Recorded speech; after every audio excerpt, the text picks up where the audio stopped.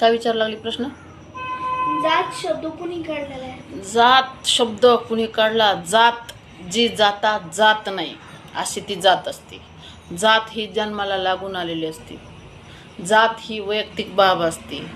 जातीमुळे हिंसाचार होत असतात. जातीचा अभिमान असतो लोकांना. जातीची उतरंड असते, खालचे वरचे असं. आपल्या देशात क्लास, कास्ट, लिंग, जेंडर, रिलिजन यावरून भेदभाव होत असतो. पण माणूस तर माणूस असतो. हे बाई तुला कळतंय, मला कळतंय, पण माणसांना कळतंय का? इतर लोकांना कळतंय का? फार कमी लोकांना कळतंय. नाही ठीक आहे नाही. जात ही आपली वैयक्तिक असते, ती पण ती कागदोपत्री असावी. अशी वैयक्तिक आयुष्यात आपण जपावी का? नाही ना.